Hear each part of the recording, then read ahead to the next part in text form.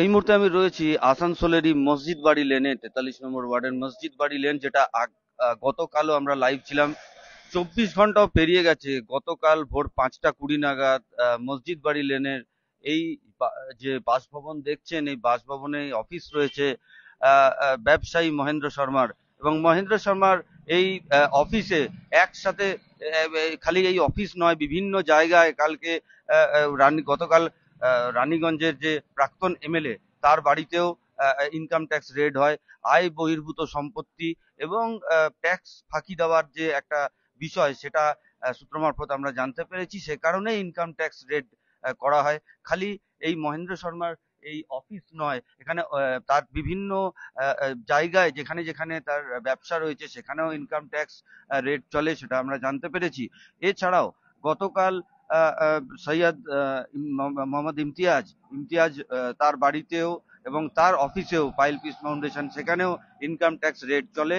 এবং income tax red 3-4টে জায়গায় একসাথে চলে। আমরা যেটা শুনতে পাচ্ছি এখনো অবধি, যে ইমতিয়াজ, যিনি সৈয়দ মোহাম্মদ ইমতিয়াজ, তার বাড়ি ছাড়াও তার যে সহযোগী বেশ কিছু মানুষ এবং তার প্রাক্তন অ্যাকাউন্টেন্ট যিনি রয়েছেন পঙ্কজ আগরওয়াল, বার্নপুরের পুরানহাটে, তার বাড়িতেও ইনকাম ট্যাক্স রেড চলে।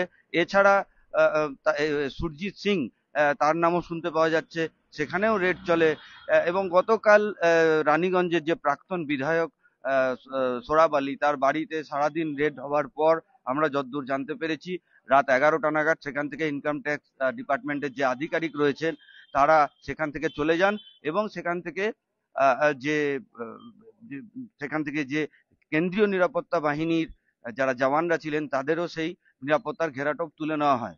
কিন্তু যেটা আমরা গতকালও ঠিক রাত 9:30 এরকম সময়তেও লাইভে ছিলাম, সৈয়দ মোহাম্মদ ইমতিয়াজের বাড়ির চারদিকে কেন্দ্রীয় নিরাপত্তা বাহিনীর ঘেরাটোপে ছিল সেই বাড়ি। এবং 10টা পর্যন্ত সেখানে তল্লাশি অভিযান চালাবার পর সেই আধিকারিকরা ইনকাম ট্যাক্স দপ্তরে সেখান থেকে চলে যান। এবং আজ সকাল থেকে আবার যেটা শুনতে পাচ্ছি আমরা, যে সেখানে ইনকাম ট্যাক্স যে তল্লাশি, সেই তল্লাশি আবার শুরু হয়েছে।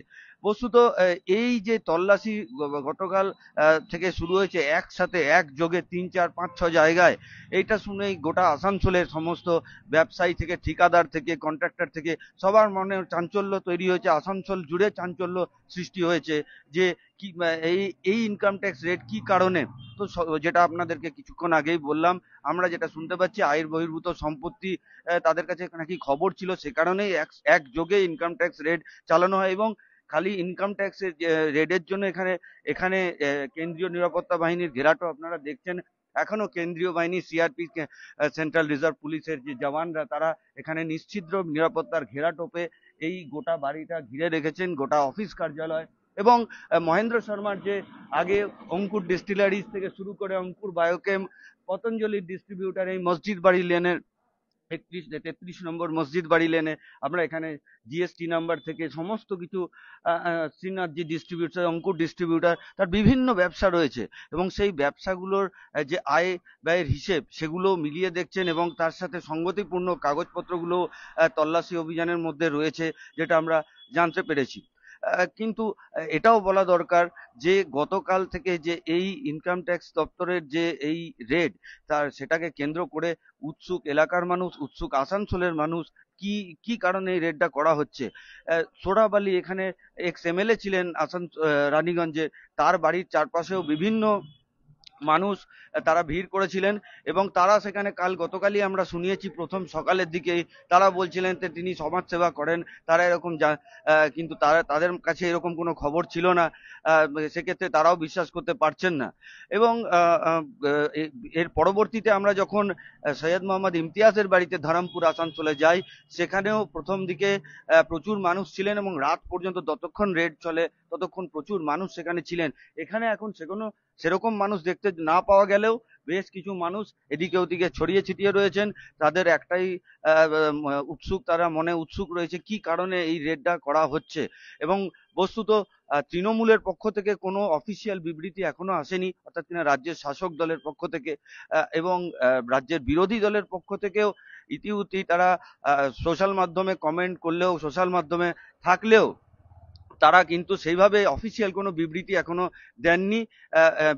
যেটা আমরা গতকাল একবার আসানসোল দক্ষিণের বিধায়িকা অগ্নিমিত্রা পালকে যখন আমরা একবার পাওয়ার পর জিজ্ঞেস করি, তিনি এটা বলেছিলেন যে আইনের মতো চলবে, সিবিআই ইডি তাদের মতো কাজ করবে, ইনকাম ট্যাক্স দপ্তর তাদের মতো কাজ করবে, এবং পলিটিক্যাল তাদের সাথে কোনো এর ইনক্লিনেশন নেই।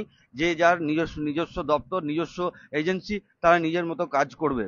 এখন দেখা যাক এই রেড কতক্ষণ চলে। এখন মসজিদ বাড়ি লেনে এই মুহূর্তে 3জন নিরাপত্তা বাহিনীর জওয়ান আমরা দেখতে পাচ্ছি, তারা রয়েছেন এখানে।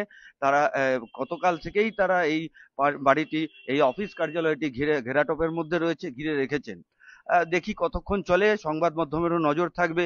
এই 24 ঘন্টা পেরিয়ে যাওয়ার পরও এই কন্টিনিউয়াস যে লাগাতার যে রেড চলছে, তার ইতি কখন টানা হয় এই মহেন্দ্র শর্মার অফিস কার্যালয়। পরবর্তীতে আরো আপডেটস নিয়ে আপনাদের কাছে ফেরত আসবো। আসানসোলের মসজিদ বাড়ি লেন থেকে সৌরদীপ্ত সেনগুপ্ত, বেঙ্গল মিরর।